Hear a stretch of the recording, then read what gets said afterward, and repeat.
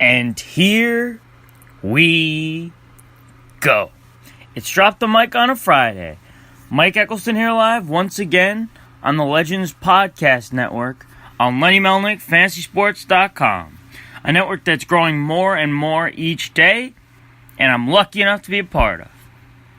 Thank you to all who are listening, and all those in the chat room. Come on in, take your shoes off, grab a drink, relax. Been a long week. I got a show for you today. I have a lot on my plate, so let's have at it. Happy Friday, y'all. Happy Memorial Day weekend to each and every one of you. It's funny. On Monday, I was going to just rant, to just absolutely unload about how awful and lifeless the Mets were during that 1-5 stretch in Miami and in Washington. Being swept miserably by Miami. You're going to hear me say this a lot because it will always ring true. You know why I love sports? You really have no clue what's going to happen in any given year, any given day, any given game. It is always fascinating, always keeping you on your toes as an observer. There's always going to be something that happens within a game, upsets that happen, or things that happen throughout the year that make you say, wow, that was unbelievable. Well, except for the Western Conference in the NBA. Then the Warriors win the title on a yearly basis. The Eastern Conference Finals are fun. This year being no different. I'll get to that a little later on. The St. Louis Blues, led by netminder Jordan Binnington, outplaying the heavily favored San Jose Sharks in just 6 games, and are going to the Stanley Cup Finals to play against the Boston Bruins. I did not expect that either. There are just some things that transpire that make you shake your head in disbelief. So I was watching MLB Network the other day, and they were ranking their AL Cy Young candidates. The top 6 for the American League Cy Young Award, according to them thus far this season.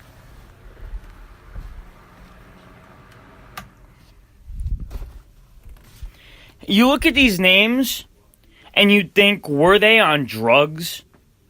Like, there's just no way that any of these guys, outside of one, would even be brought up. Not only in this conversation, on the same island as that conversation was taking place. Guys like Ryan Pressly of the Houston Astros. Arguably the best reliever in the major leagues right now.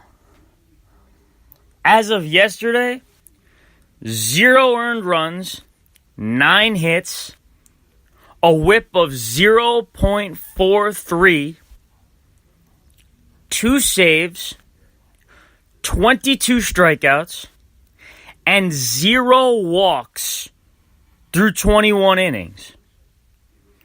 I mean, what? That's almost impossible. Haven't given up a run or a walk in 2 months. Now that's something special. Now I'm going to talk about the team that he's on, the Houston Astros, later on. Then there's Mike Minor. No, but seriously. When you Google his name, he might not even be the first Mike Minor that pops up. Minor has spent most of his career in the early 4s when it comes to ERA. I mean, he was always a pretty good pitcher. He was a nice guy to have. A nice guy, he'll give you some quality innings. But this season, with Texas, he has been fantastic.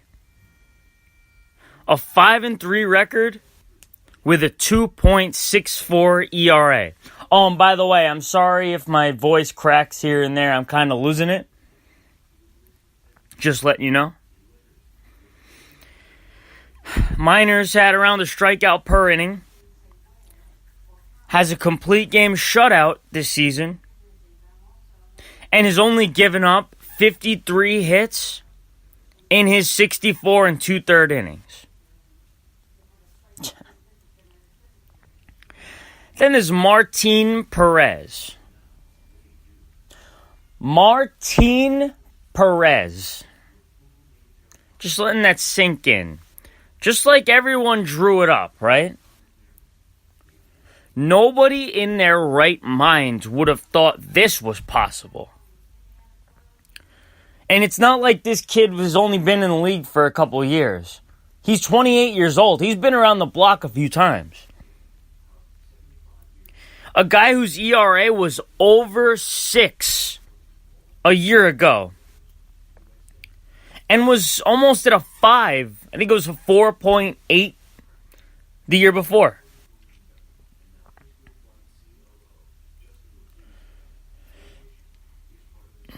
Both Perez and Jake Odorizzi were both on this list. And understandably so for the job they've done this season.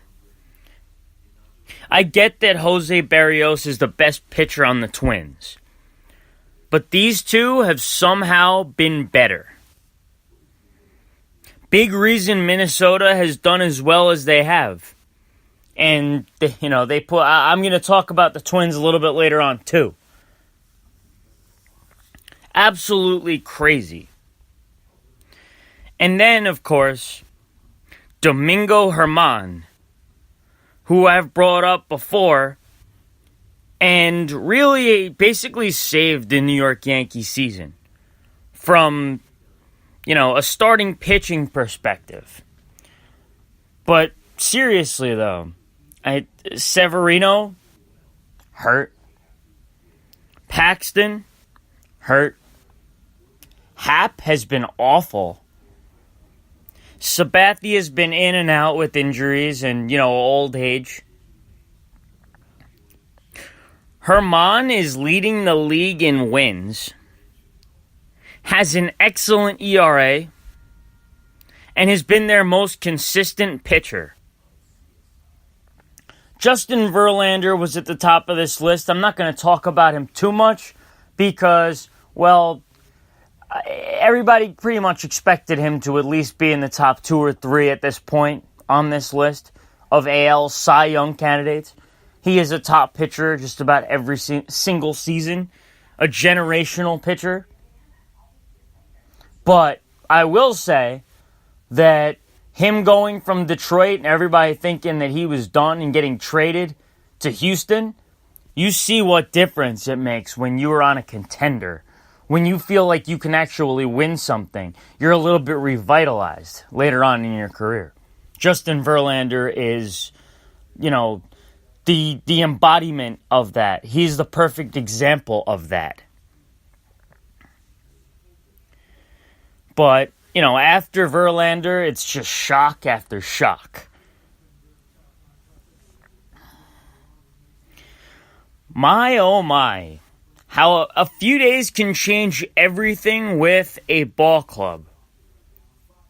Speaking of New York, I was talking about the Yankees. The Mets just came off a road trip where they had lost 2 of 3 to the struggling Nationals and then got swept by a Marlins team that I'm still convinced isn't a major league team. And even worse, they couldn't get a hit off them. The one day they threw, I think it was Pablo Lopez who started the game. They ended up combining for a 1-hit shutout. And then the next day, Sandy Alcantara threw an 89-pitch complete game shutout to finish it off. I think they had like 3 hits in 2 days against the Marlins. Everyone, including myself, wanted Mickey Callaway gone. Something needed to change. Yoenis Cespedes fractures his ankle on his ranch, officially ending his year. He had surgery. The sky was falling.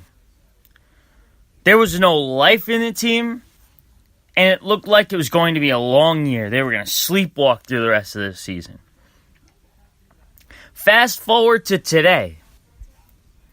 A 4-game sweep of those Nationals at home. Late inning heroics in 3 of those games, including a ball hit by Pete Alonso that I don't think has landed yet. If you haven't checked out that home run, just take a look. Pulled it down the line. They weren't sure if it was fair or foul. It went over the foul pole. An absolute moonshot. Even though if you've seen Pete Alonso's home runs, it's not going to be a surprise to anybody. And then yesterday, if you watched, Carlos Gomez finished it off with his dramatic, exciting 3-run homer. And, watching him run around the bases the way he did. It just shows it's tough to take a few games seriously in baseball. This is why they play 162 games. See, people read too much into April and May earlier on in the year. We won't know who the contenders and pretenders are. You find that out, I'm going to say, after the All-Star break. It's an accumulation. It's seeing how consistent you can be for a long period of time. There are ups and downs of every season, unless you're the Houston Astros.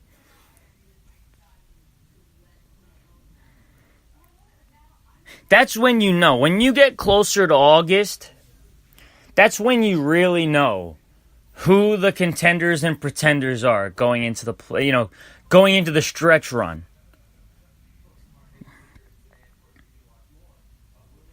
Until then, as fans, you just need to enjoy the ups and downs of the baseball season. It's fun to watch. There's stuff to be impressed by. There's dramatics.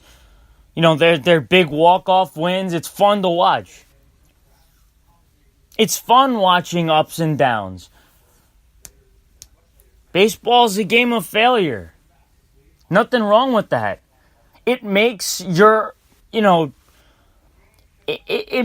accomplishments that much more, worth it. Like I said, not every team is like the Houston Astros, where they're just always a good team and only seem to get better. Because even though they've lost the last couple games, this is a great, great, great team.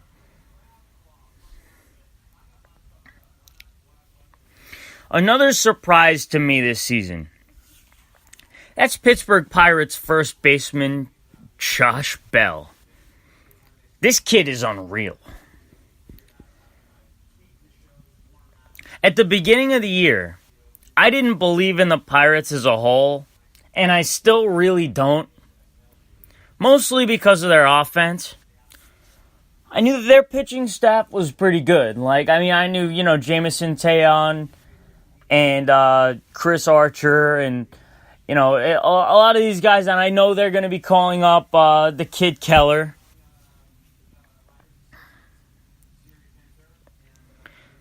I knew there was potential for Josh Bell to be a